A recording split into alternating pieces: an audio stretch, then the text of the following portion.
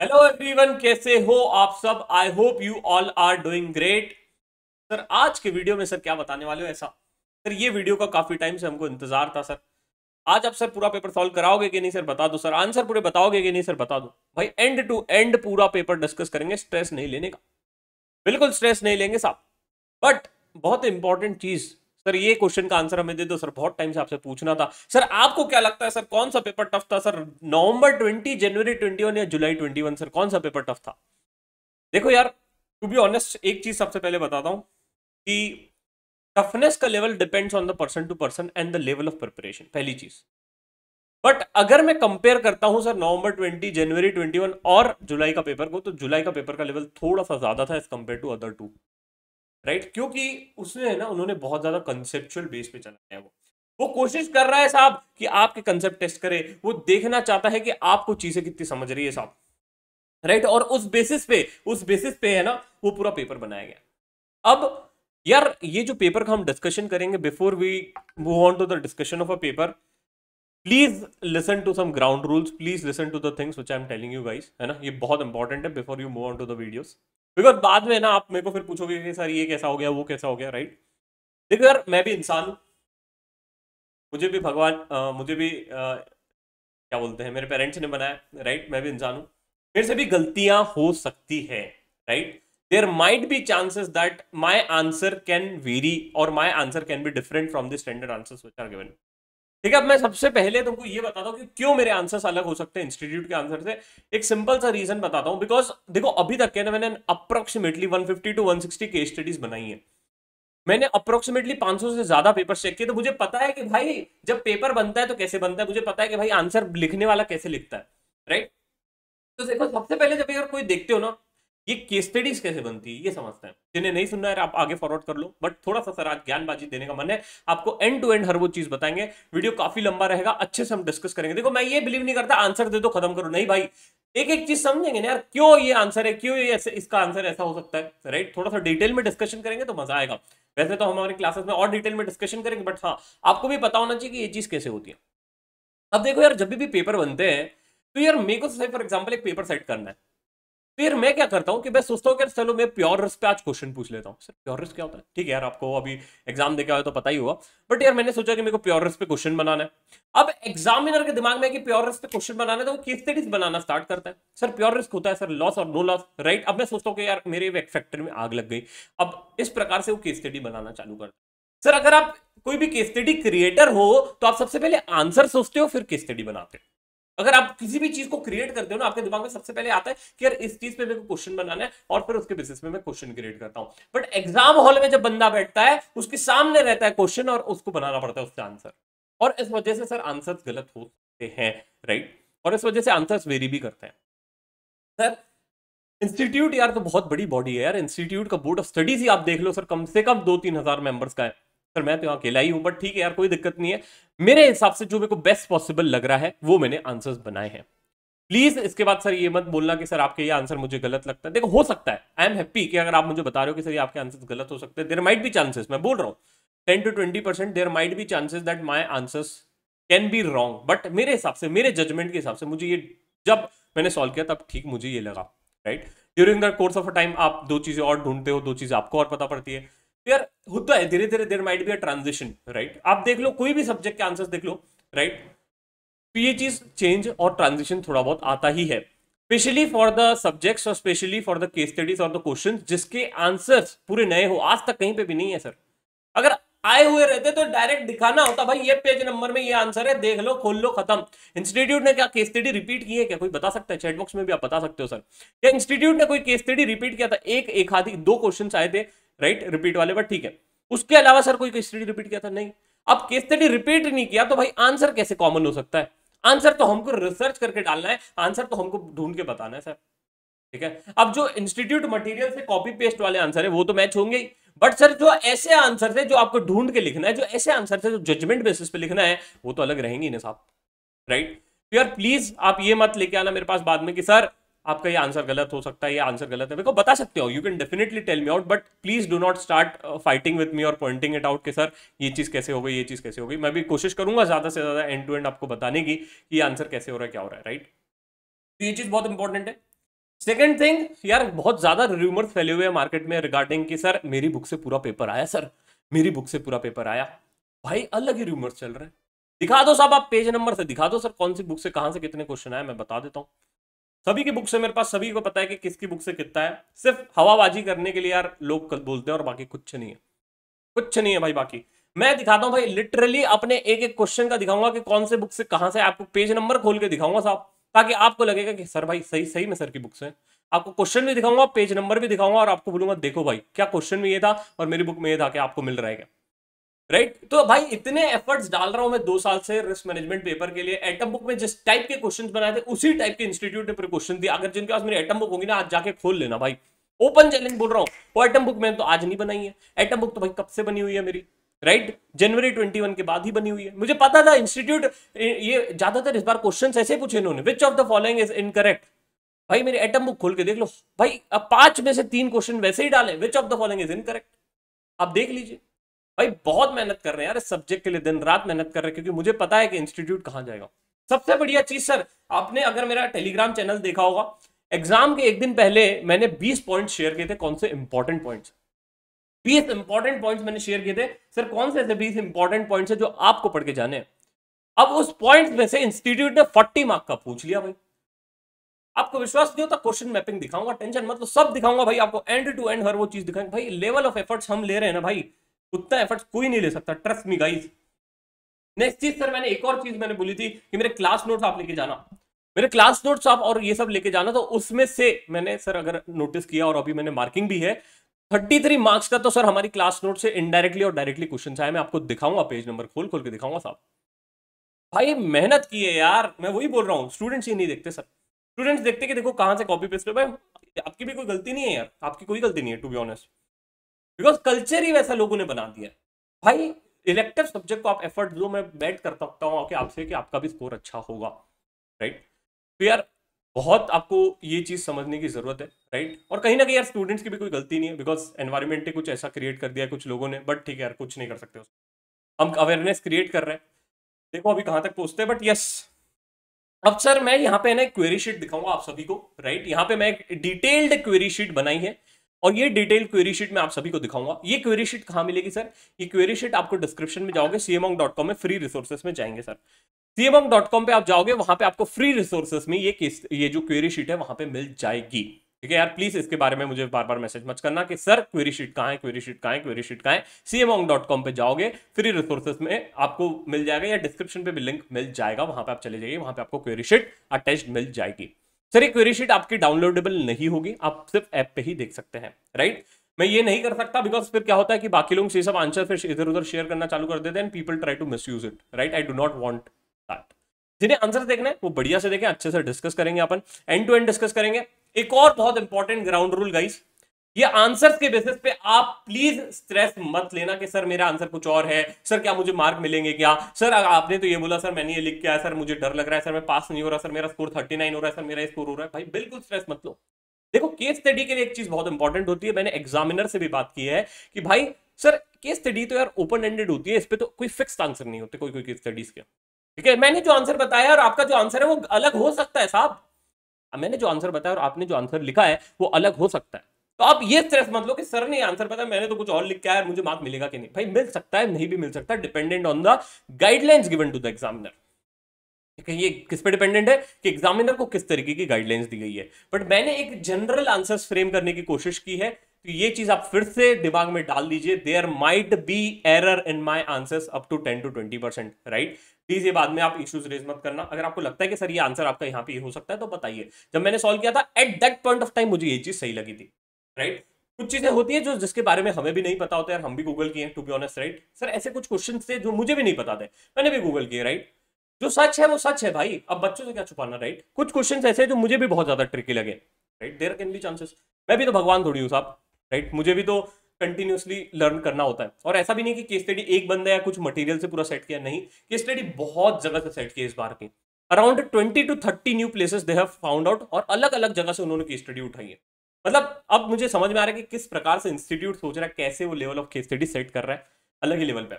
ठीक है, टेंशन मत लो, अभी डिस्कशन स्टार्ट करते हैं। बिफोर वी स्टार्ट एक क्वेरी शीट दिखा रहा हूं तुम्हें, ध्यान से देखेंगे सर।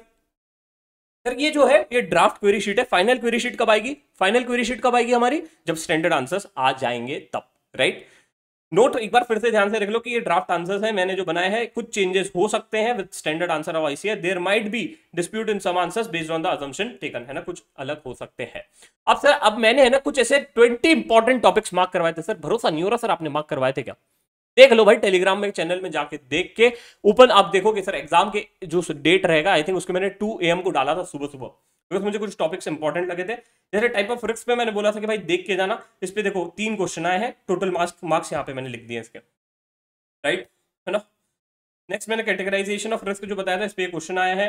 फिर पिछले पे तो नहीं आया है। रिस्क एपेटाइट स्टेटमेंट पे मैंने बताया था, जिन्हें याद होगा, राइट, तो उस पे एक स्टडी दे दिया।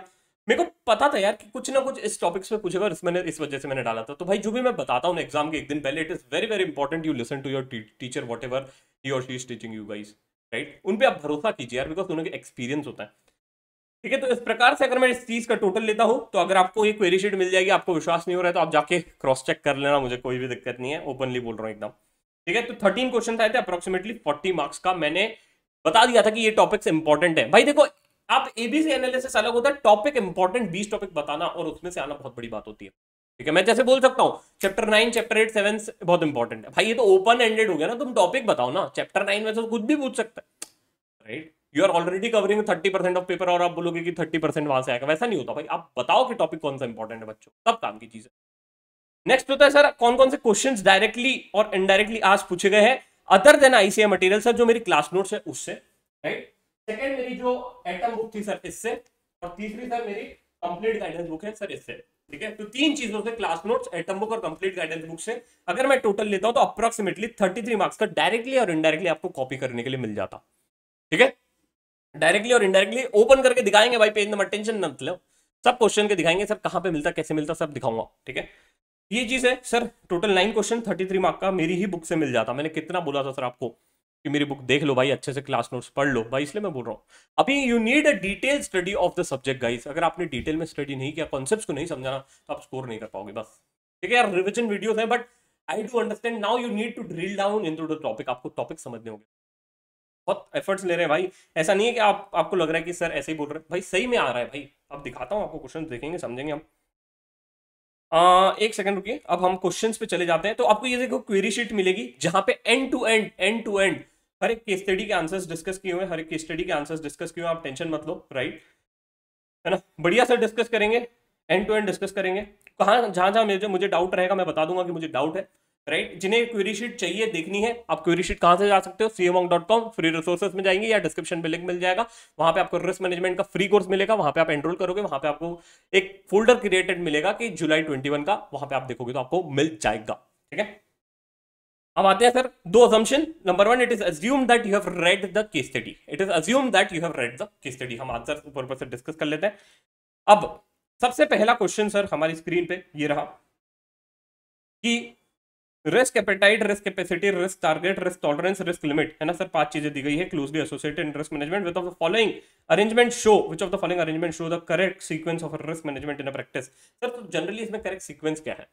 क्योंकि जनरली हम अगर देखते हैं तो हम सबसे पहले कैपेसिटी सेट करते हैं कि हाँ हमारे इतना दायरा है, फिर उसके बाद देखते हैं कि भाई हमारा एपेटाइट इतना रहेगा, फिर उसके बाद हम हमारा टॉलरेंस लिमिट डिसाइड करेंगे। टॉलरेंस के बाद टॉलरेंस डिसाइड हो गया तो बोलेंगे ये मेरा टारगेट है, और टारगेट होने के बाद सर मैं उसको लिमिट में लाने की कोशिश आता है, सर मेरे हिसाब से बी है। अब देखो देयर माइट भी चांसेस कि इसमें किसी का कुछ व्यू अलग हो, है ना, कुछ व्यू अलग हो सकता है, आंसर मेरे भी गलत हो सकते हैं, बट मैं अगर एग्जाम में टिक करता तो मैं बी टिक करके आता, ठीक है।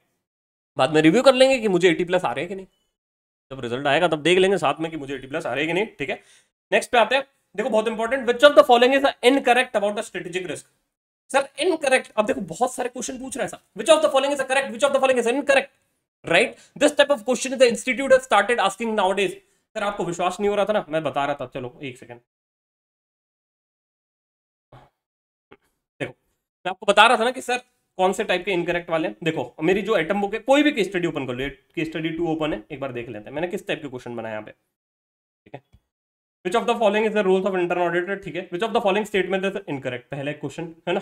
Which of the following is not eligible, not मतलब incorrect. Which of the following is not a benefit of ERM, find the odd man out. Sir मैंने ज्यादातर क्वेश्चन इसी टाइप के बनाए हैं सर, आप कोई भी केस स्टडी देख लो, केस स्टडी 2 था, केस स्टडी 1 भी देख लेते हैं सर, भाई मतलब मुझे पता है यार कि अब इंस्टीट्यूट किस लेवल पे जाएगा कैसे। अब आपने इस टाइप के क्वेश्चन प्रैक्टिस करोगे तो ऑटोमेटिकली आपका स्कोर अच्छा होगा, ऑटोमेटिकली स्कोर अच्छा होगा। देखो विच of the following is element of this, ये हो गया ERM बेनिफिट है ना। Which of the following is not a responsibility, right, is not incorrect, incorrect, right, odd one out, मतलब ये वही चीज हो गया। मतलब आपको 4 में से एक ऑप्शन ढूंढना सर बहुत डिफिकल्ट हो जाता है, राइट। सही आंसर ठीक है ये ढूंढना होता है, बट नॉट इनकरेक्ट वाले हैं ना थोड़े से एफर्ट्स लगते हैं। तो देखो यार हमने डाले हमारी बुक में, ऐसे सर हवा में नहीं बोल रहे हम लोग, ठीक है। तो देखो इसमें क्या बोलता है, which of the following is incorrect about a strategic risk. तो जहां पे इसका आंसर होता है सर मेरे हिसाब से डी, बिकॉज देखो क्या बोलता है, इजी टू एड्रेस, मतलब यहाँ पे बोल रहे हैं कि इजी है सर, स्ट्रेटेजिक रिस्क जो है ये इजी टू एड्रेस है, मेरे हिसाब से डिफिकल्ट टू एड्रेस होता है सर। अगर इजी रहता ना, इजी रहता ना तो साहब ये सभी लोग कर लेते है ना, स्ट्रेटेजी लगाया भाई काम खत्म, हमारा टारगेट अचीव हो जाएगा। नहीं भाई इतना पॉसिबल नहीं है, एड्रेस होना, इस वजह से इसका आंसर होता है सर डी, ठीक है। तो आप देखते जाइए कि आपके क्या हो रहा है, करेक्ट हो रहा है नहीं हो रहा है। आप बिल्कुल स्ट्रेस मत लो, है ना, कि सर कहीं कहीं ग्रेस मार्किंग भी होती है। और साथ साथ में आप क्वेरी शीट भी देख सकते हो, मैंने यहाँ पे डिटेल्ड रीजन भी लिखा है कि भैया क्यों स्ट्रेटेजिक रिस्क में कौन कौन से पैरामीटर आते हैं और क्या क्या चीजें कवर होती हैं, ठीक है। एक सेकेंड दीजिए बस। नेक्स्ट आते हैं सर 1.3 पे। 1.3 क्या बोलता है, which of the following, which while considering a risk and uncertainty the risk management team must be, है ना। देखो क्या करना चाहिए, risk can apply both to an opportunity and thus। अगर आपने मेरे नोट्स, अगर मेरे फुल बैच की होगी सर, अगर जिन्होंने भी फुल बैच की होगी, इसको मैंने डायग्राम सहित बनाया था साहब, डायग्राम सहित बनाया था। अगर आपको विश्वास नहीं हो रहा तो मैं लेक्चर भी डाल दूंगा, देख लेते हैं एक बार सर। पेज नंबर 3 में मैंने इसको डिटेल में बताया था कि किस तरीके से ये हमारे अपॉर्चुनिटीज और थ्रेट को होता है। तो जब भी हम इफेक्ट्स के बारे में बताते हैं तो मैं इसको बोलता था ये पॉजिटिव और नेगेटिव है सर, इसके बारे में आपको पता होना चाहिए। और आगे भी मैंने इसको डिटेल में कवर किया था, ये देख लीजिए पेज नंबर 4 में, ठीक है। तो इस चीज के अराउंड हम डिस्कस करते थे, प्लस यहाँ पे रिस्क और अनसर्टेनिटी का भी एकदम ही डिटेल में मैंने क्लास में समझाया था कैसे होता है, और यहाँ पे एक डायग्राम सहित भी बनाया था कि हाँ इस तरीके से आपको देखना होता है। इस पे भी क्वेश्चन है, आगे देखेंगे, बट हाँ इसका आंसर मेरे हिसाब से है बी। नेक्स्ट है sir, the board of AML has asked you for the help to decide which type of risk framework is expected to improve the efficiency. अब ये कहीं पे भी नहीं है सर बुक में, दिक्कत है सर, ये कहीं पे भी नहीं मिलेगा, है ना। तो ये आप जब पढ़ते हो ना बहुत इंपॉर्टेंट होता है, whenever you read case study try to find it out कि आपको इसका कहीं रेफरेंस मिलेगा कि नहीं, राइट। और इसके बेसिस पे आप केस स्टडी का सिलेक्शन करो। केस स्टडी का सिलेक्शन करना भी बहुत इंपॉर्टेंट होता है, इस पे एक अलग से डिस्कशन करेंगे। बट इसका मुझे डाउट लग रहा है, आई कैन फील लाइक इसका ए भी हो सकता है और सी भी हो सकता है, मुझे लग रहा है, राइट, मुझे ऐसा अंदर से लग रहा है, बट अब पता नहीं कौन सा सही है, ठीक है। अब मेनी अटेम्प्ट्स अब जनवरी 21 का आंसर की देखिए, इंस्टीट्यूट ने 2-2 आंसर दे दिए भाई। भाई एमसीक्यू का मतलब क्या होता है, एक एक सही होना चाहिए यार, अब 2-2 कैसे सही होगा, राइट। अब बच्चे को कंफ्यूजन होता है, बट मुझे भी यहाँ पे डाउट लग रहा है ए और सी में, बट ठीक है। नेक्स्ट में भी देखो, नेक्स्ट जो है, one of the board has raised a question about the potential benefit of risk management to AML, which of the following is not the potential benefit of risk management, ठीक है। तो यहाँ पे मेरे हिसाब से यहाँ पे आएगा सी, ठीक है। तो ये चीज़ है। अब यहाँ पे मैंने देखिए इसके डिटेल क्वेरी शीट में भी लिख दिए रीजन सहित, अगर आपको कुछ लग रहा है तो आप यहाँ पे देख सकते हो। नेक्स्ट आ जाते हैं sir, describe the soft element, है ना, soft element that in your opinion influence risk appetite of organisation. Sir soft elements मतलब ही होता है सर इंटेंजिबल एलिमेंट्स, ऐसे एलिमेंट्स बताओ जो इन्फ्लुएंस कर सकता है रिस्क एपेटाइट स्टेटमेंट को। अब इसके बारे में ना हमने सॉफ्ट एलिमेंट्स के बारे में चर्चा नहीं किए थे, बट हाँ मैंने जरूर बताया था कि आप हमेशा जब भी एपेटाइट देखते हो, आप कल्चर सेट करते हो, और रिस्क परसेप्शन के बारे में बताया था कि भाई जो भी आप परसेप्शन बनाते हो ना उस पर बहुत सारी चीजें डिपेंडेंट होती है, ठीक है। तो ये जो एपेटाइट स्टेटमेंट के रिगार्डिंग इसके सॉफ्ट एलिमेंट्स 3 होते हैं, जनरली होता है risk appetite, risk culture, risk perception. अब यहाँ पे कोई है ना कुछ और लिख के आया होगा, आई डोंट नो कि इंस्टीट्यूट मार्क्स देगा कि नहीं, बट मेरे हिसाब से ये आंसर होना चाहिए, ठीक है। सर रिस्क परसेप्शन कहां पे दिखा था, फिर रिस्क परसेप्शन के बारे में मैंने फुल बैच के नोट्स पेज नंबर 50 में डिस्कस किया था। अगर आपको विश्वास नहीं होता तो दिखा देते हैं साहब, नहीं दिखाना जरूरी है भाई, क्योंकि बच्चे फिर बाद में बोलते हैं सर आप बस हवाबाजी कर रहे हो। नहीं भाई हवाबाजी नहीं कर रहे हैं साहब, लिखे हैं भाई, मेहनत किए, हमको पता था कि भाई ये सब चीजें इंपॉर्टेंट है। हाँ चला गया भाई पेज नंबर 50, ये नोट्स आपके पास भी होंगे, मैंने पहले एग्जाम के पहले सब डाले हुए हैं सब। देखो रिस्क परसेप्शन, है ना, रिस्क परसेप्शन कैसे बनता है, क्या बनता है, इस पे मैंने बहुत सारे एग्जांपल भी दिए थे, राइट। अगर जिन्होंने क्लास की होगी उन्हें पता होगा कि भाई किस प्रकार से परसेप्शन बनता है। अब यहाँ पे टाइम डिस्कस करने का नहीं है, बट हाँ ये चीज मैंने बताई थी कि रिस्क परसेप्शन काफी इंपॉर्टेंट होता है, ठीक है। नेक्स्ट आते हैं, what are the advantages of viewing a strategic risk as a dynamic process of organisation, है ना। अब यहाँ पे इन्होंने ना केस स्टडी अगर आप देखोगे तो यहाँ पे इन्होंने कुछ ना कुछ थोड़ा सा स्ट्रेटेजिक रिस्क के बारे में कवर किया है। प्लस ऑल्सो है ना, यहाँ पे आपको थोड़ा सा मेरे को लग रहा है कि जर्नलिस्टिक आंसर लिखना पड़ेगा, इसका कोई ऐसा स्ट्रेटेजिक रिस्क का आपको बुक में नहीं मिला होगा आंसर, राइट। तो यहाँ पे केस स्टडी बेस्ड है, और आपको जो भी एडवांटेजेस है वो आपको लगता है वो आपको लिखने चाहिए थे यहाँ पे। नेक्स्ट है sir, while framing a policy on a management of litigations, what are the important factors while AML should consider for negotiating a settlement on an operational risk arising from a litigation can be minimized? Sir यहाँ पे क्या करने की कोशिश कर रहा है, यहाँ पे है ना ये बोल रहा है कि जब भी अगर मान लो कि इसके बहुत सारे लिटिगेशन केसेस, अगर आप केस स्टडी पढ़ोगे, आई थिंक पॉइंट नंबर 1 या 2 में बोला गया है, बहुत सारे उसके लिटिगेशन केसेस 1 में बोला गया है, बहुत सारे इसके लिटिगेशन केसेस चल रहे हैं। अब वो चाहता है कि उसे निगोशिएट करके सेटल कर ले, राइट। अब उसको कौन कौन सी चीजों का ध्यान में रखना पड़ेगा, ठीक है। तो इसमें आपको 9.2 का एक रेफरेंस, वहां से आप रेफरेंस उठा सकते हो, प्लस पेज नंबर 282 में अगर आप देखोगे है ना, मेरे कंप्लीट गाइडेंस बुक में, वहां पे मैंने ऑपरेशनल रिस्क के मिटिगेशन के बारे में बात की है। तो वहां पे मैंने बोला था कि इंटरनल ऑडिट अगर चाहिए तो दिखा सकता हूँ मैं फिर से, कोई दिक्कत नहीं है, बट वहां पे मैंने बोला था कि आप इंटरनल कंट्रोल पे फोकस करो, ये सब चीजों पे फोकस करो, वो भी आप पॉइंट्स कहीं ना कहीं मेंशन कर सकते हो। बट 9.2 का भी आप वहां पे अगर रेफरेंस उठा सकते हो, इसका कोई स्टैंडर्ड आंसर नहीं है, बट हाँ वहां से आप डिटेल्स उठा सकते हो, अगर मैं रहता तो मैं वहीं से उठाता, ठीक है। तो क्वेरी शीट में भी लिखा हुआ है यहाँ पे, अगर जिन्हें डाउट्स हो रहा है तो एक बार देख सकते हैं। नेक्स्ट आते हैं सर 1.9 पे, यहाँ पे बात की गई sir information policy which and users in general and particular internet और इंटरनेट। तो कहीं ना कहीं ये 9.26 और 9.27 में थोड़ा बहुत रेफरेंस दिया गया है, वहां से आप इसका डिटेल उठा सकते थे, ठीक है। तो ये होता है सर मेजरली हमारा केस स्टडी नंबर 1। आप प्लीज ये स्ट्रेस मत लीजिए कि सर मैंने एक मार्क किया सर क्या होगा नहीं होगा, सर मार्क मिलेगा नहीं मिलेगा। देखो ये जनरल आंसर है, मेरे आंसर्स भी गलत हो सकते हैं, स्ट्रेस नहीं लेने का, लाइफ में चल रहने का एकदम, ठीक है। जो होगा रिजल्ट का दिन देखेंगे, बट आपको बस एक ओवरव्यू चाहिए था कि सर कहाँ से आते हैं, कैसे आते हैं, पेपर कैसा बन रहा है, उस चीज के बारे में हम थोड़ा सा डिस्कस कर रहे हैं, ठीक है। तो केस स्टडी 2 पे आते हैं अब। बहुत इंपॉर्टेंट है सर केस स्टडी को समझना और आगे बढ़ना। यहाँ पे सर बोनस मार्क्स थे सर, थोड़े से बोनस मार्क्स थे। जिन्होंने मेरे क्या बोलते हैं आत्मनिर्भर बुक को फॉलो किया होगा ना सर, आत्मनिर्भर बुक को फॉलो किया होगा ना, उसके भले इंडेक्स भी देख लिया होगा ना सर, उनका काम बन गया होगा भाई। इंडेक्स भी देख लिया होगा तो काम बन गया होगा, ठीक है। मैं दिखाता हूं सर कहां पे है क्या है, हर एक क्वेश्चन डील करेंगे, तो केस स्टडी 2 डिस्कस करते हैं अभी। तो आई होप आप सभी ने केस स्टडी नंबर 2 रीड कर लिए होंगे, ठीक है। केस स्टडी नंबर 2 पे हम आगे बढ़ते हैं सर। इसके एमसीक्यूज थोड़े से ट्रिकी थे, बट ठीक है कोई दिक्कत नहीं है। अब थोड़ा सा स्पीड अप करेंगे, नहीं तो है ना बहुत ज्यादा लंबा हो जाएगा वीडियो, राइट। काफी लोगों आंसर्स के लिए वेट किए, टेंशन मत लो, पूरे आंसर्स बता के जाएंगे, राइट। यार इसका 2.1 में भी मुझे डाउट लग रहा है, बी और डी में, राइट। तो ये दोनों आंसर्स में एक हो सकता है। हमारे बुक में जो वर्ड यूज किया था वो था रिस्क कंट्रोल सेल्फ असेसमेंट, यहाँ पे उन्होंने कर दिया CRSA, राइट। और इसको इन्होंने कंपेयर किया है ERM से, ठीक है। तो 2.1 का ये हो सकता है, 2.2 का मैंने बता दिया, ये यहाँ पे भी मुझे एक डाउट लग रहा है, ठीक है। 2.3 का डी है, दैट इज फॉर श्योर। 2.4 का बी है, दैट इज फॉर श्योर। 2.5 का है ना, इसका मैं एक ट्रिक बता देता हूँ। जनरली अगर इस टाइप के क्वेश्चन आ रहे हैं तो आप एक बार समझिए कि यहाँ पे क्या बोल रहा है। जैसे tomorrow until the next day, Tom next मतलब टुमारो का जो भी रेट होता है सर, उस चीज के बारे में बात कर रहा है। इसके रिगार्डिंग है ना डिटेल में अगर आपको समझना है ना, तो क्वेरी शीट जिंदाबाद है भाई, क्वेरी शीट जिंदाबाद है साहब। क्वेरी शीट में सब कुछ किया गया कि है ना टॉम नेक्स्ट क्या होता है, रेडी नेक्स्ट क्या होता है। अब वो डिटेल में हम क्लास में डिस्कस करेंगे सर, कैसे सॉल्व करना, क्या सॉल्व करना, इस टाइप का पेपर आया तो अप्रोच कैसे करना, और टारगेट 80+ कैसे अचीव करेंगे उसके बारे में भी बात करते हैं, ठीक है। तो आंसर्स मैंने बता दिए, अभी आगे मूव ऑन करते हैं, जहां इंपॉर्टेंट लगे वहां डिस्कस करते हैं। अब देखो यहाँ पे है ना 2.6 में सबसे पहले ये होता है सर वेंडर रिस्क मैनेजमेंट। अब जब भी अगर आपको कोई शब्द नहीं समझ में, आई ऑलवेज टोल्ड यू कि break it into the parts and understand. Sir vendor से मेरे को पैसे ना मिलने का डर सर, उस प्रकार से, या वेंडर से सर वेंडर भाग जाए, या इस टाइप की जो रिस्क है सर, वो चीज यहाँ पे बात कर रहा है। तो आप उसको किस तरीके से मिटिगेट करोगे, कहीं ना कहीं इनडायरेक्टली ये चीज बोल रहा है। तो इसके रिगार्डिंग भी मैंने क्वेरी शीट में लिखे हैं काफी सारे पॉइंट्स। अब ये पॉइंट जरूरी नहीं है कि आपके आंसर में होंगे, there might be changes in your answers, right. तो आप टेंशन ना लीजिए। नेक्स्ट आ जाते हैं सर 2.7 पे। सर बहुत ही बढ़िया क्वेश्चन, बोनस क्वेश्चन सर, उंधा क्वेश्चन, राइट। 2.7 का सर ये डायरेक्ट क्वेश्चन है साहब, डायरेक्ट क्वेश्चन साहब।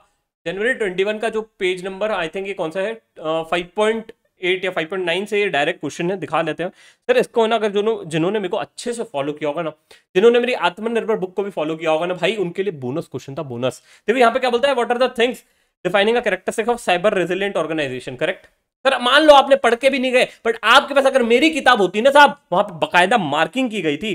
दिखा देता हूं सर आपको, दिखा देता हूं सर आपको, एक सेकंड रुको, देखिए। हाँ देखो मैंने क्या था, ये जो हमारा इंडेक्स था, ये हमारी आत्मनिर्भर बुक है, राइट। आत्मनिर्भर बुक जहां पे compilation of past exam paper सब कुछ मैंने दिया था, सभी के साथ शेयर की थी, राइट, सभी के पास थी।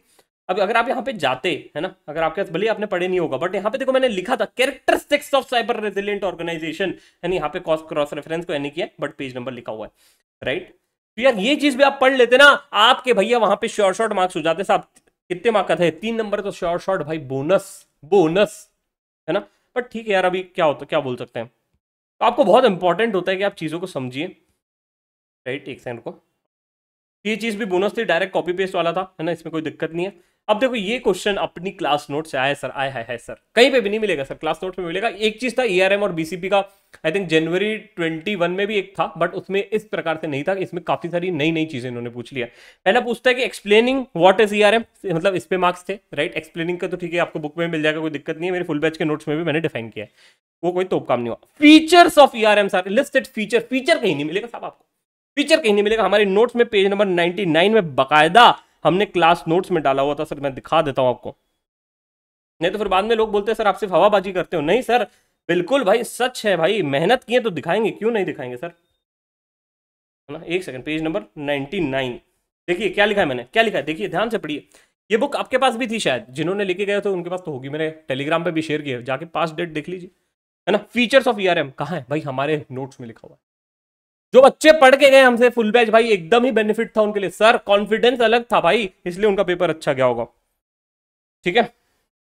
नेक्स्ट आते हैं sir features of ERM and how ERM is linked to the BCP, how ERM is linked to BCP, ये भी देख लो सर, पेज नंबर 110 में, पेज नंबर 110 पे ये भी लिखा हुआ है हमने, बकायदा इंडेक्स में भी है, बट ठीक है आप देख लीजिए, है ना। देखो इसका बहुत डिटेल में पढ़ाया था मैंने तो, ईआरएम और बीसीपी को, ईआरएम एंड बीसीपी कैसे रिलेटेड है, और यहाँ पे जनवरी 21 में एक आया था, बट यस, क्या ईआरएम के रिलेटेड है और क्या डिफरेंस बिटवीन है, कवर किया है कि नहीं किया साहब, क्या है।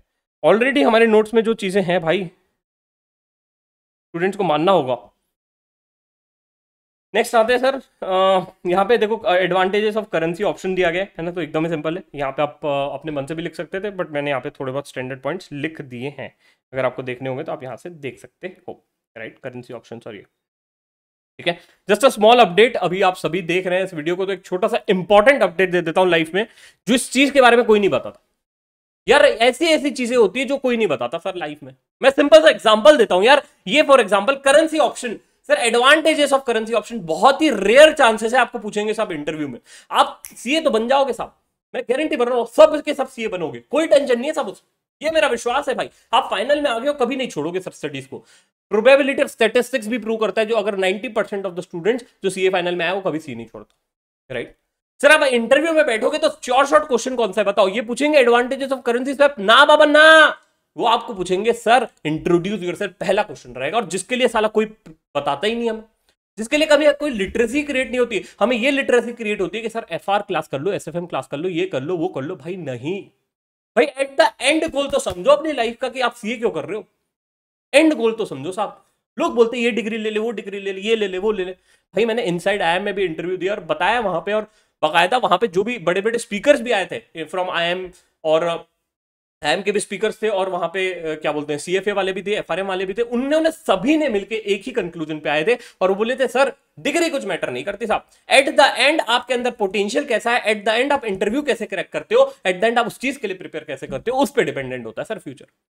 ये चीज के बारे में सब भाई कोई बताता नहीं, सब बेचने के लिए लगे कि भाई तुम मेरा ये कर ले, तुम सीएफए कर ले, एफआरएम कर ले, तू ये कर ले, वो कर ले, वो कर ले, सीसीए कर ले, नहीं भाई, मैंने इतनी बड़ी डिग्री ली है भाई, सीए का कुछ वैल्यू तो होगा बाजार में, भाई वैल्यू है बट तुम्हें नहीं पता, वैल्यू है बट तुम्हें नहीं पता, और ये लिटरेसी कोई क्रिएट नहीं कर रहा, दिक्कत वहां पे कोई नहीं बताता कि भाई वेदांता में वैकेंसी है, वेदांता में सीए को 13 लाख का पैकेज मिलता है, किसको पता है, नहीं पता भाई। तुम जब सीए में घुसे हो, तुमको अपनी लैला ढूंढनी होगी, तुमको जानना होगा कि सर मेरे लिए कौन सी कंपनी बेस्ट फिट होती है।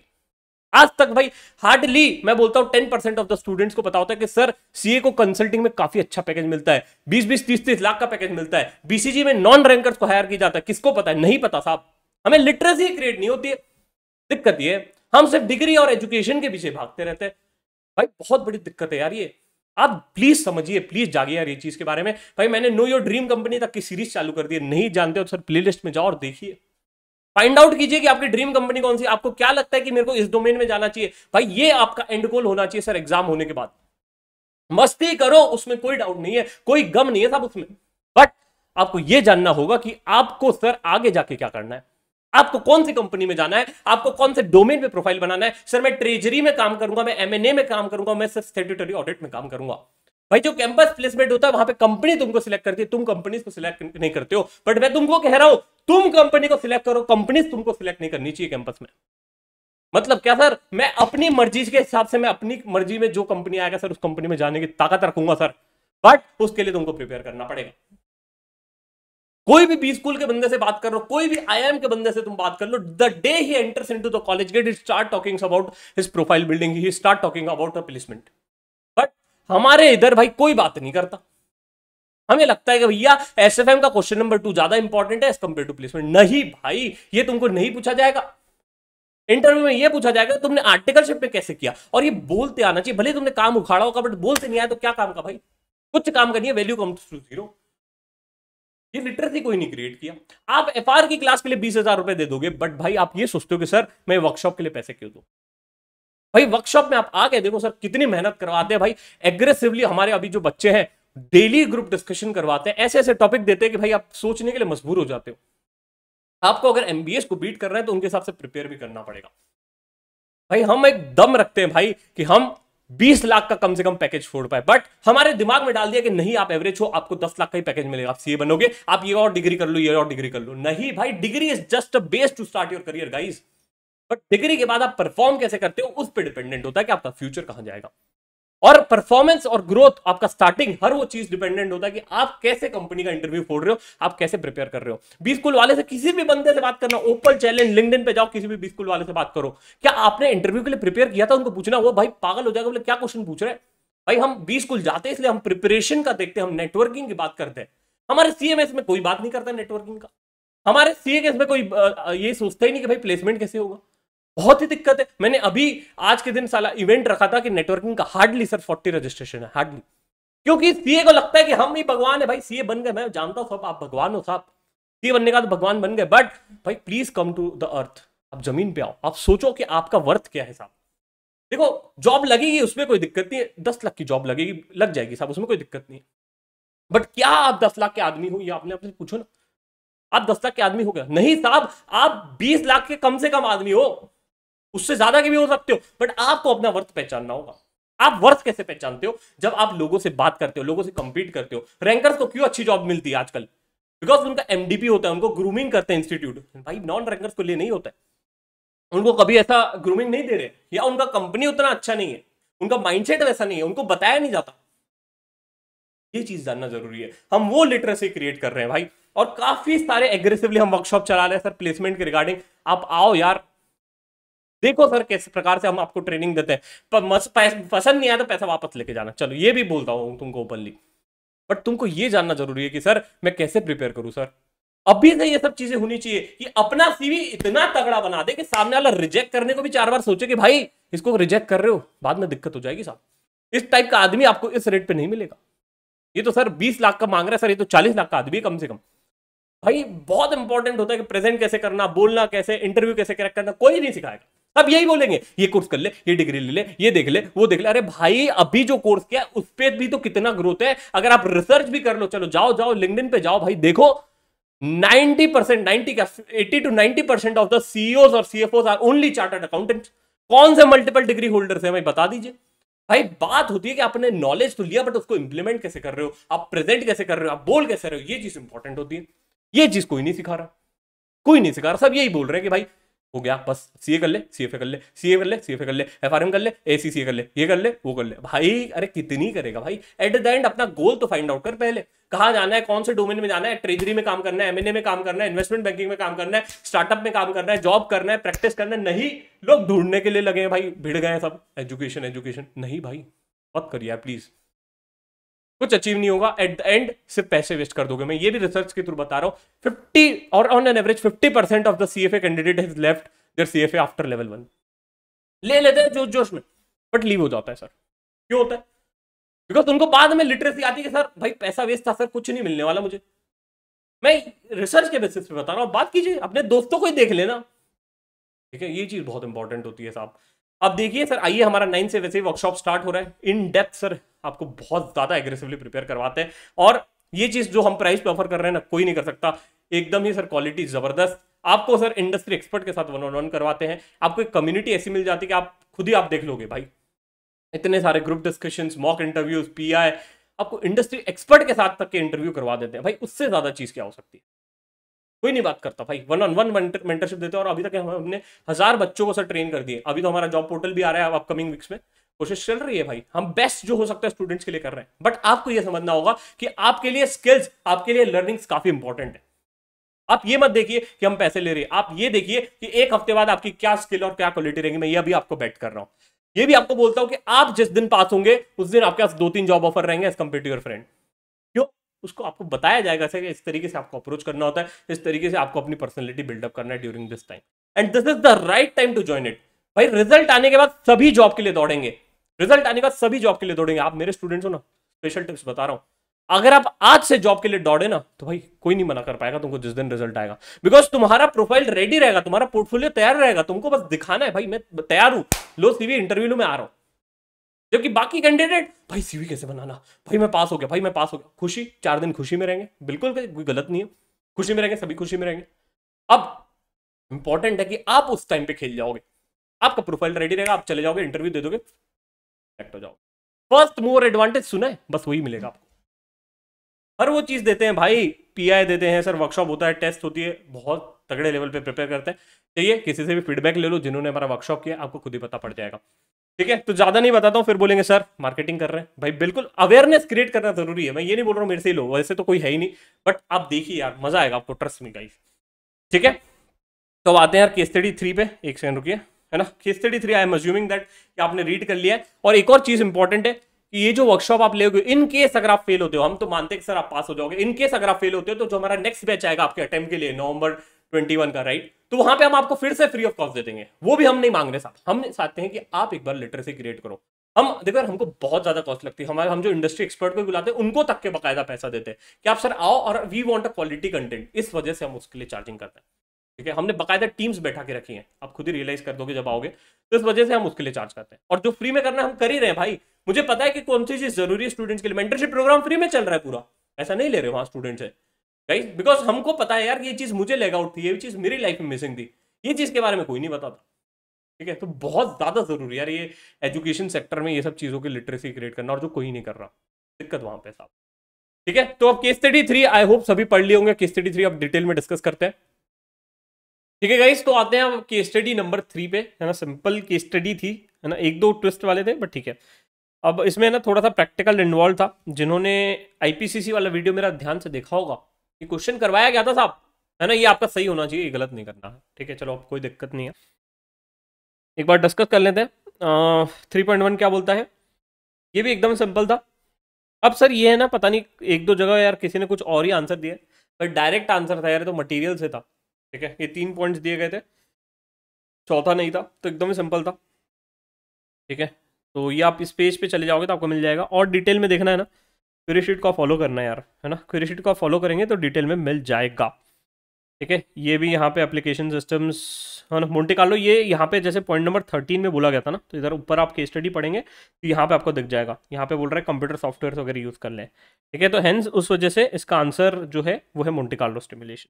ठीक है, इसको मैंने एकदम ही डिटेल में करवाया था फुल बैच में, सर कैसे निकालना क्या निकालना, ये तो आप सही हुआ होगा जिन्होंने फुल बैच देखी उनकी।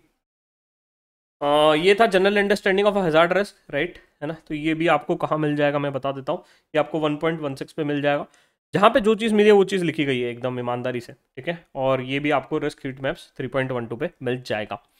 ठीक है, अब ये देखते हैं sir calculation of coefficient of variance, इसमें सर लोअर द बेटर होता है, एक्स और वाई का निकालने का बोला था, ये भी हमने करवाया था, है ना।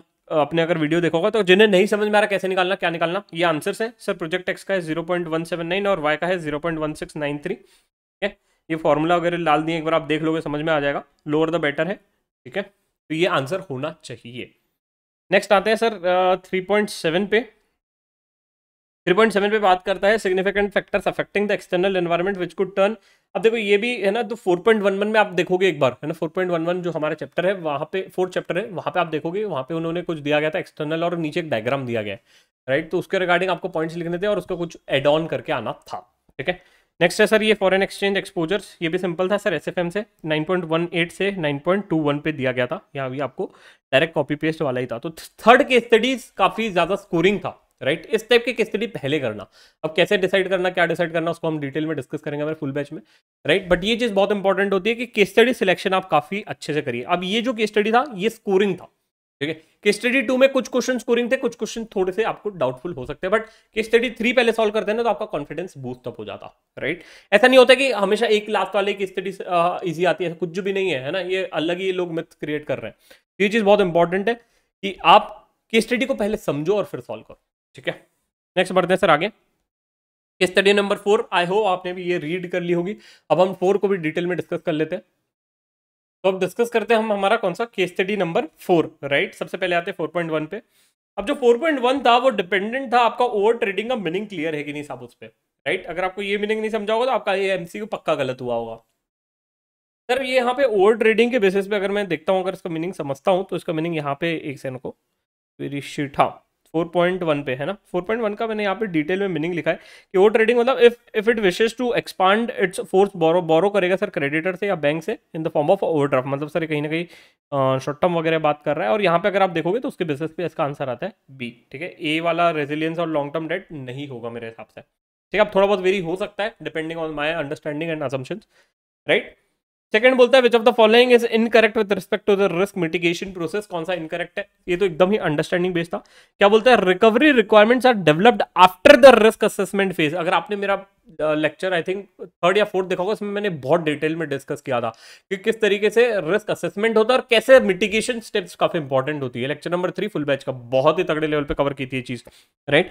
तो यहाँ पे आता है during the risk assessment phase, right. तो इसका मैंने ना डिटेल में भी लिखा हुआ है, अगर आपको पढ़ना है तो आप ये स्टेप्स पढ़ लेना कि ये चीज है, ठीक है। अब आते हैं सर नेक्स्ट पे, विच of the following is not correct with DRP और बीसीपी। भाई इस पे तो हमने बकायदा 50 मिनट का लेक्चर लिया था कि भाई disaster recovery plan, business continuity, और सर इस पे मैंने ना इस पे भी लिखा था आपको इंपॉर्टेंट जो मैंने बताई थी ना, यहाँ पे मैंने बोला था कि इस पे क्वेश्चन पूछेगा कुछ ना कुछ, और मुझे पता था कि क्वेश्चन आएगा, राइट। इसलिए मैंने यहाँ पे बोला था कि भाई आप डिजास्टर रिकवरी और इस पे आप क्वेश्चन देख के जाना, ठीक है। तो दिखा देता हूँ यार आपको, देख लीजिए एक बार। और इसका तो डायरेक्ट आंसर था हमारी बुक से, राइट। मैंने बोला था रिलेशनशिप बिटवीन आप देख के जाना, और क्वेश्चन फ्रेमिंग प्लान सर मैंने क्या बोला था 106 और 110 पे आप देख के जाना, मैंने बोला था। टेलीग्राम पे चेक कर लेना सर, है ना, आपको मैं लिंक भी डाल दूंगा कहाँ मैंने पोस्ट डाला था। अब यहाँ पे आप मेरे जैसे क्लास नोट्स पे आते हैं, एक सेकंड रुकिए, मैंने आई थिंक इसको मार्क करके रखा होगा। देखिए यहाँ पे क्या बोला है एकदम, ये कौन सा पेज है देख लो, 107। मैंने 106 से 110 बोला था, एक क्वेश्चन टपका पक्का डिस्टिंग्विश बिटवीन। अब मैंने क्या बोला था disaster recovery plan, disaster recovery plan is a particular component of BCP sir, मतलब यहाँ पे मैंने क्या बोला था सबसेट। सेम क्वेश्चन टपक गया एग्जाम में, क्या बोलता है BCP is a subset of DRP sir, क्या बोल रहा है is not correct sir, answer B. Bonus question भाई हमारे स्टूडेंट्स के लिए, जिन्होंने फुल बेस देखा था उनके लिए तो था ही, बट मैंने बच्चों को तक बता दिया था भाई इस टाइप का पढ़ के जाना। इस पे तो 50 मिनट का लेक्चर हमने लिया है भाई कि क्या डिफरेंस है सर चारों टर्म्स में, ठीक है। बीसीपी, डीआरपी, है ना, फंक्शनल रिकवरी, राइट। तो इस पे हमने बहुत डिटेल में डिस्कस किया है। नेक्स्ट आते हैं sir which of the following is not correct with respect to war, war is a solely, नहीं सोली मेजर नहीं है, एसएफ रेशियो करके होता है सर, वो भी डाउनसाइड रिस्क को मेजर करने में हेल्प करता है सर। तो मेरे हिसाब से इसका आंसर ए होना चाहिए। नेक्स्ट आते हैं सर, ये सिंपल था, ये तो फॉर्मूला बेस्ड था, एसएफएम का फॉर्मूला है ना, 1 - R², तो इसका आंसर होता है सर बी, काफी सिंपल था ये भी। नेक्स्ट आ जाते हैं सर, ये जो क्वेश्चन है काफी मजेदार क्वेश्चन लगा मुझे, है ना। अब इसका आंसर थोड़ा सा वेरी हो सकता है, मैं समझा देता हूं मैंने कैसे सॉल्व किया है, बाकी आपके पास क्वेरी शीट रहेगा आप समझ जाओगे, बट जिनको इंटरेस्ट है कि कैसे आया कैलकुलेशन, एक बार समझा देता हूं मैं ऊपर से, ठीक है। तो एक सेकंड को, बाकी आपको कोई भी चीज नहीं मिल रही है आप डिस्क्रिप्शन पे जाइए, है ना, आपको जो भी चीज नहीं मिल रही है आप डिस्क्रिप्शन पे जाइए, आपको सब कुछ मिल जाएगा, ठीक है। अब सबसे पहले ये वाला क्वेश्चन समझते, काफी अच्छा क्वेश्चन था। यहाँ पे अगर मैं केस स्टडी के साथ साथ थोड़ा सा बताता हूँ, यहाँ पे आपको बोला है कि कितना increase fund of a working capital requirement लगेगा ओटीएल को, ठीक है, कितना इंक्रीज फंड लगेगा ओटीएल को। तो यहाँ पे इन्होंने डेटाबेस दिया है और यहाँ पे बोला गया कि इसका टर्नओवर इतना है, और नेक्स्ट इसमें बोल रहा है कि 100% ग्रोथ रहेगा और क्रेडिट लिमिट उसका 5 लाख का है ना, expected to increase the credit limit, term lending is no longer an option, है ना, टर्म लेंडिंग इन्होंने कहीं ना कहीं यूज कर लिया है। अब ये चीज बहुत इंपॉर्टेंट है, यहाँ पे आप गलत कर सकते हो, ठीक है। मेरा आंसर ये आया है, माइट भी there might be a variation from a institute answer. देखो मैं अभी भी बोल रहा हूं मेरे आंसर 100% सही नहीं हो सकते, ठीक है। असम्पशंस और इंस्टीट्यूट किस प्रकार से सॉल्व कर रहा है उस पर डिपेंडेंट है। तो सेल्स मेरा ये हो गया। अब उन्होंने बोला नेक्स्ट ईयर का सेल्स 100% से ग्रो रहा है, तो मैंने बता दिया कि भाई नेक्स्ट ईयर का इतना हो गया। अब मेरे को बोल रहा है कि वहां पे तुमको वर्किंग कैपिटल कितना लगेगा, तो मैंने वर्किंग कैपिटल डेज निकाल लिए कि कितना मेरा वर्किंग कैपिटल डेज रहेगा, राइट। तो मैंने असेट्स माइनस लाइबिलिटीज डेज के हिसाब से निकाल लिए, तो यहाँ पे मेरा 18 डेज आता है, और उसके बेसिस पे मैंने वर्किंग कैपिटल टर्नओवर रेशियो निकाल लिया। सर ये फॉर्मूला शीट में कहीं था ही नहीं सर, हमें तो पता ही नहीं था। भाई साहब ऐसा मत बोलिए यार, हमारी क्लास नोट्स में देखिए, दिखाइए भाई। सर आप अगर मेरी क्लास नोट्स में जाओगे एंड में, है ना, तो मैं एंड में मैंने बहुत सारे फॉर्मूलेज डाले थे और मुझे पता था कि इसके रिगार्डिंग कुछ ना कुछ देगा, इसलिए हमने बहुत सारे ऐसे फॉर्मूलेज यहाँ पे डाल के रखे थे। सर वर्किंग कैपिटल किस तरीके से निकाला जाता है, ऑपरेटिंग साइकिल किस तरीके से निकाला जाता है, राइट, और ये नेट ट्रेडिंग साइकिल और कैश साइकिल, तो ये आपको जैसे आपने पढ़ा होगा ना, आपको पता होगा। और बाकायदा मैंने एटम बुक पे सर इसके रिगार्डिंग 2 केस स्टडीज डाली थी, I think case study 21 and case study 22 ratios पे डाली थी, और ये चीज बताई थी कि सर ये आपको देखना है। जिन्होंने हमारे फुल बैच ली होगी उनके लिए तो भाई चांदी चांदी थी, ठीक है, बट कोई दिक्कत नहीं। अब आगे बढ़ते हैं। अच्छा ये कहांगे, एक सेकंड। उसके बेसिस पे आपने क्या किया, हमने कि यहाँ पे वर्किंग कैपिटल टर्नओवर रेशियो निकाल लिया। अब एस्टिमेटेड वर्किंग कैपिटल मुझे कितना लगेगा, 14 लाख का निकाल लिया फॉर्मूले से, राइट। अब उसके बेसिस पे मैंने एग्जिस्टिंग कैपिटल निकालना बहुत जरूरी है। अब यहां से अगर 14 लाख में से अगर आप 5 लाख माइनस करोगे तो कहीं ना कहीं मुझे लग रहा है वो गलत हो जाएगा, बिकॉज 5 लाख सिर्फ उसका सीसी लिमिट बोला गया है ना, 5 लाख उसका सीसी लिमिट बोला गया है, बट और भी बाकी लोन या कुछ उन्होंने लिया होगा तो वो भी हमें माइनस करना चाहिए। तो उसके हिसाब से हमें निकालना पड़ेगा कि एग्जिस्टिंग वर्किंग कैपिटल कितना है, और एग्जिस्टिंग वर्किंग कैपिटल जैसे ही आ गया उससे हमने माइनस कर दिया, और ये मेरा आ गया इंक्रीज वर्किंग कैपिटल, राइट। अब ये थोड़ा बहुत अलग भी हो सकता है, राइट, इनकेस मेरा कुछ कैलकुलेशन एरर हुआ होगा तो बता देना, बट मेरे हिसाब से 7 लाख आना चाहिए, मेरे हिसाब से। गलत भी हो सकता है, कोई डिपेंडिंग ऑन द, अब जैसे अब आज के दिन पे सॉल्व कर रहे हैं, अब मैं कल जाकर और बैठ के सॉल्व करूंगा तो कुछ आंसर अलग हो सकता है, राइट, आपके दिमाग में कुछ और हिंट आ सकता है, राइट। तो यार प्लीज ये डिबेट मत करना कि सर आपका ये है मेरा ये है, सर आपका गलत है ये गलत है, ठीक है यार, प्लीज समझा करो यार चीजों को, ठीक है। मैं आंसर्स दे रहा हूं, बाकी लोग तो आंसर्स भी कोई नहीं बताया अभी तक, राइट। तो I am a first faculty to show the answers for all the case studies, case study भी हम डिस्कस कर रहे हैं बाकायदा, ठीक है। तो नेक्स्ट है, एक सेकंड रुको, ओके ये वाला हो गया। नेक्स्ट क्या बोलता है कि यहाँ पे आपको एसीपी और आरएमसी के बारे में डिस्कस करना था, ठीक है, ऑडिट कमेटी और रिस्क मैनेजमेंट कमेटी के बारे में। तो ये हमारा चैप्टर नंबर 2 और 7 में कहीं ना कहीं दिया, तो वहां से आपको कंटेक्स्ट उठा के यहाँ पे लिखना था। नेक्स्ट आता है कि सर सिनेरियो एनालिसिस का बारे में आपको बताना था। सर इसके रिगार्डिंग में मैंने फुल बैच में ना काफी अच्छे से एक्सप्लेन किया था, और ये चीज जो स्टेटमेंट था आपको बताना था कि सही है कि नहीं। तो ये आपको 5.12 से रेफरेंस उठाना था, और हमारे जो नोट्स थी 125 पे वहां से रेफरेंस उठाना था। बहुत अच्छे पे मैंने लिखा था वहां पे सिनेरियो एनालिसिस का, ठीक है। तो एक बार यहाँ पे आप क्वेरी शीट रेफर कर लेना, यहाँ पे मैंने लिखे हुए पेज नंबर, सॉरी, ठीक है, तो आपको एक बार हेल्प हो जाएंगे। अच्छा सॉरी, तो हमारा English batch is gonna be starting from 2nd of August, right? Those who are interested to buy an English batch can definitely buy it. Do not think about it. We are gonna be covering each and everything. We do cover institute material. हम सब कुछ cover करते हैं, आप बिल्कुल भी tension मत लो। फोड़ना है भाई इस बार रिस्क मैनेजमेंट में, और ये चीजें, ठीक है। तो नेक्स्ट आते हैं, based on the information given in the case study would you suggestion, आपका सजेशन देना ऑपरेशनल रिस्क के बारे में। तो ये भी केस स्टडी बेस्ड है, इसमें काफी सारे इन्होंने आई थिंक 6 पॉइंट्स दिए, उसके बेसिस पे आपको थोड़ा सा फ्रेमिंग करना है। चैप्टर नंबर 9 का भी आप थोड़ा बहुत रेफरेंस ले सकते हो, ठीक है। लास्ट केस स्टडी डिस्कस करेंगे गाइस, ज्यादा मैं एक्सप्लेन नहीं कर रहा हूं बिकॉज बहुत डिटेल में हो जाएगा, तो वो तो हम फुल बैच में करेंगे हमारा डिस्कशन, बट ये आपको अंडरस्टैंडिंग आंसर्स डिस्कस कर लेते हैं ऊपर ऊपर से, ताकि आपको भी हेल्प आउट हो जाए, ठीक है। अब केस स्टडी 5 पे हम डिस्कस करेंगे, आई एम अज्यूमिंग आपने रीड कर लिया है। तो आ जाते हैं हम हमारे 5.1 पे। यार बढ़िया सा क्वेश्चन है ये, क्वेश्चन में ना थोड़ा सा ट्रिक खेल गया ये लोग ने। अगर आप केस स्टडी पढ़ के आंसर दोगे तो आपको लगेगा सर इसका आंसर अपॉर्चुनिटी रिस्क है, बट अगर आप क्वेश्चन पढ़ के आंसर दोगे तो आपको लगेगा स्टैटिक रिस्क है साहब। अब ये डिपेंड करता है उनने क्वेश्चन किस पर्सपेक्टिव से बनाया। अब यहाँ पे थोड़ा सा देखो, अगर आप देखोगे no significant change in the economy, अगर इतना ही आप पढ़ते हो तो आपको लगता है कि नहीं यार ये मेरा हिसाब से स्टैटिक रिस्क है, बट अगर आप पूरा केस स्टडी पढ़ोगे ऊपर वाला, है ना, और आपको लगेगा कि हाँ ये मेरे हिसाब से ए होना चाहिए, डी होना चाहिए। अब डिपेंड करता है यार क्या किस पर्सपेक्टिव से देख रहा है एग्जामिनर, राइट। बैक्स से सर ये डायरेक्ट ऑब्जर्वेशन है तो एकदम ही सिंपल था, राइट। कंट्रोलेबल रिस्क ये होना चाहिए मुझे लग रहा है, अब इसमें भी थोड़ा सा वेरिएशन हो सकता है, मेरे हिसाब से कंट्रोलेबल रिस्क है, बिकॉज यहाँ पे ये बोल रहा है कि उसके हाथ में अगर डिसीजन चेंज होता तो क्या करती, तो उस हिसाब से, and I am assuming you're read the case studies, ये डायरेक्ट ही था सर, है ना, 11.5 से एसएफएम के। सर क्वेरी शीट में अच्छे से मिल जाएगा, है ना, टेंशन मत लो। ये जो क्वेरी शीट है ये हमारे सब आंसर्स हैं, और यहाँ पे आपको पेज नंबर अच्छे से मिल जाएगा। ये आ जाते हैं जुलाई पे, हाँ। और ये होता है सर लास्ट वाला ट्रीटमेंट ऑफ रिस्क, ये भी केस स्टडी बेस है, तो मेरे हिसाब से डी है। नेक्स्ट आते हैं sir, discuss the factors would create a vulnerability associated with the risk for construction of an apartment. I hi hi sir, concept जो आपकी सर ये कंप्लीट गाइडेंस बुक थी सर, कंस्ट्रक्शन सेक्टर का बोल दिया साहब हमने, हमारी बुक में दिया था साहब, पूरा डिटेल में दिया था साहब, 316 में दिखाते हैं आपको, दिखाएंगे, टेंशन मत लो सर। फुल बैच नोट्स में भी हमने कवर किया था सर इसे, प्लस इसको यहाँ पे है ना रिस्क और वल्नरेबिलिटीज का मैंने काफी अच्छे से बताया था। दिखा देते हैं आपको पेज नंबर 52 में, राइट, कौन सा पेज है, पेज नंबर 52, और इसका मैंने इसमें भी बताया था। अगर आपने मेरे पास सेक्टर वाइज एनालिसिस होगा ना, वहाँ पे मैंने काफ़ी अच्छे से बताया था वो चीज़ कि कौन सी चीज़ आपको देखनी है, एक सेकंड को, सो दैट आपको भी हेल्प आउट हो जाए। अरे यार 52 ना, पेज नंबर 52, ठीक है। रिस्क और वल्नरेबिलिटी का जो हमने टेबल बताया था उससे आपको थोड़ा बहुत रिलेट करना है ये वाला, राइट। इसमें मैंने बहुत अच्छे से डिस्कस किया था अरे क्लास में, कैसे asset threat vulnerability equals to risk, भाई बहुत ही तगड़े लेवल पे डिस्कस किए थे। तो ये चीज़ आपको समझना बहुत ज़्यादा ज़रूरी है। इसका मैंने एक बार ये भी दिखा देता हूँ, है ना। तो ये चीज़ है, प्लस इसके साथ साथ आपको 316 का कंप्लीट गाइडेंस बुक, जहाँ पे हमने कंस्ट्रक्शन हर एक सेक्टर का डाला हुआ है, हर एक सेक्टर का डाला हुआ है साहब। तो ये चीज़ आपके लिए बहुत ज़्यादा ज़रूरी है। जो आगे वाले स्टूडेंट्स है ना, those are giving attempt in November 20 onwards, it is must recommendatory for to solve an atom book and complete guidance book.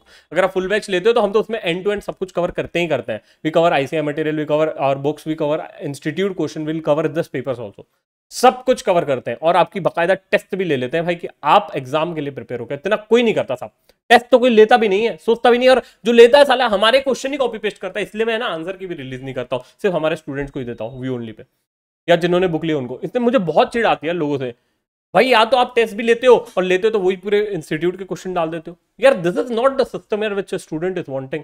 अब स्टूडेंट को नए क्वेश्चन दो ना, तब जाके उसको मजा आएगा। आप हमारे टेस्ट सीरीज ज्वाइन करिए, बाकी सब्जेक्ट्स की भी ज्वाइन कीजिए, आपको पता पड़ जाएगा कि भाई the level of questions we have frame, we have started a test series for each and every subject. You will see the level of question, और 60% ऑफ द क्वेश्चंस हमारे बाहर से ही रहते हैं। रिस्क मैनेजमेंट तो 100%, बाकी सब्जेक्ट में 60%। आप सॉल्व करोगे आपको खुद ही रियलाइज हो जाएगा। Now the education system needs to be change यार, ये ओल्ड ट्रेडिशन बहुत लोगों ने कचरा करके रखे हैं, ठीक है। तो नेक्स्ट आते हैं हम, हमारा कौन सा केस स्टडी हो गया था, ये हो गया था। नेक्स्ट है सर रिस्क एंड अनसर्टेनिटी के बारे में काफी अच्छे से डिस्कशन किया हमने, पेज नंबर 3 में भी और 1.6 में से। तो यहाँ से आपको उठाना था रेफरेंस उस चीज का, और एंड में हमें देखना था कि एक्सप्लेन हाउ जमुना बैंक, और ये रिगार्डिंग सर ये रेगुलेशंस के लिए बोला गया है। तो ये चीज़ आपको यहाँ पे मिल जाएगी, है ना। रेगुलेशंस का मैंने कुछ जनरल पॉइंट्स लिखे हैं, तो इसके साथ साथ आपको 6.8 पे भी मिलेगा, प्लस ये थोड़ा सा अंडरस्टैंडिंग बेस पे आपको लिखना था, राइट। तो यार अभी आई डोंट नो कि कितने लोगों के आंसर्स क्या करेक्ट हुए हैं, क्या करेक्ट नहीं हुए। Please do not take a stress based on the paper which I have given, even chances are that my answers can be wrong, right. Now, important point for you guys, important learning for you guys. Number one, learning, focus on the concept, whatever you're learning. Number one. Number two, please try to ensure that you understand the things, you read the material carefully, you solve more and more questions. If possible, try to solve 100% questions given in item book. If you see my item book, every second question is framed in the based on the case study which it is given here, right? Because also, if possible, do join our batches for interview workshop and the risk management, है ना। Full batch का हमारा launch हो चुका है इंग्लिश में भी। If you are willing to join that, please do join that, it's starting from tomorrow. And any more help needed regarding any of the subject, any of the topic, please do let me know, and also do watch our know your dream company, that is gonna be helping you to where you are suppose to go next, right. We help you out from end to and preparation में, आपको help out करते हैं आपकी job दिलवाने में, ठीक है। तो आपको बहुत तगड़े लेवल पे प्रिपेयर करवाते हैं। मैं ये नहीं बोल रहा हूँ आपको जॉब 100% में दिलवाऊंगा, मैं ये बोल रहा हूँ कि आपको प्रिपरेशन 100% करा दूंगा, ताकि आप इंटरव्यू में बैठो और फोड़ के निकले, ठीक है। तो ये चीज़ है। तो ये हमारा पूरा एंड टू एंड डिस्कशन था सर पेपर का, ठीक है। डिटेल डिस्कशन तो हम हमारे क्लासेस में करेंगे फुल बैच में, जब स्टैंडर्ड आंसर्स आ जाएंगे हम भी चेक करेंगे हमारे कितने सही है कितने गलत है, राइट। और जो भी आपके दोस्त भाई हैं जिन्हें भी लग रहा था कि सर आंसर आंसर आंसर, आप देख लीजिए, आप आंसर चेक कर लीजिए, राइट। काफ़ी ज़्यादा लोग पूछ रहे थे सर आंसर दे दो, आंसर दे दो, आंसर दे दो, दे दो, आंसर दे दिया। अब एटलीस्ट आप चेक कर लो, राइट, कि आपका कितना स्कोर हो रहा है। मेरे हिसाब से तो ये भी मुझे गलत लगता है, चेक वेक क्या करने का, एंजॉय करो अपना टाइम यार, बाद में जो होगा होगा यार, है ना। अब देखो आपने मान लो अभी कैलकुलेट किया और इंस्टीट्यूट का कुछ लगाया, फिर इतना स्ट्रेस नहीं लेने का यार, लाइफ में मजे से जीने का, बढ़िया और कहीं के जीवन। बट ठीक है, सबका अपना अपना पर्सपेक्टिव है। काफ़ी स्टूडेंट्स ने बोला, इस वजह से मैंने आंसर्स डाला, नहीं तो फिर मैं एग्जाम के बाद ही डालता था, बिकॉज स्टूडेंट्स फिर गलत रूमर्स फैलाना स्टार्ट कर देते हैं। वो भी चीज़ है, सर आप नहीं सॉल्व कर रहे, सर ऐसा कैसा सर, अरे भाई सॉल्व कर लिया, देख लो एंड टू एंड, ठीक है। तो यार जिन्हें भी लगता है और कोई डाउट्स है, आप कमेंट सेक्शन पे डाल देना, डिस्कस कर लेंगे, ठीक है। और ये क्वेरी शीट आपको कहाँ मिलेगी? ये क्वेरी शीट आपको फ्री रिसोर्सेस में मिल जाएगी। ठीक है guys, bye bye, take care, stay safe. जो 9th का वर्कशॉप है जो मिलेगा वहां पे हम मिलते हैं, फिर वहां पे बढ़िया से बात करेंगे। प्लस हमारा इंग्लिश बैच स्टार्ट हो रहा है, जो लाइव में आना चाहता है वो भी आ जाइए, कल से हमारा लाइव बैच भी स्टार्ट हो रहा है। ठीक है, bye bye, take care, stay safe and all the very best for your results and do let me know कि आपका कितना स्कोर हो रहा है फिर रिजल्ट में। ठीक है।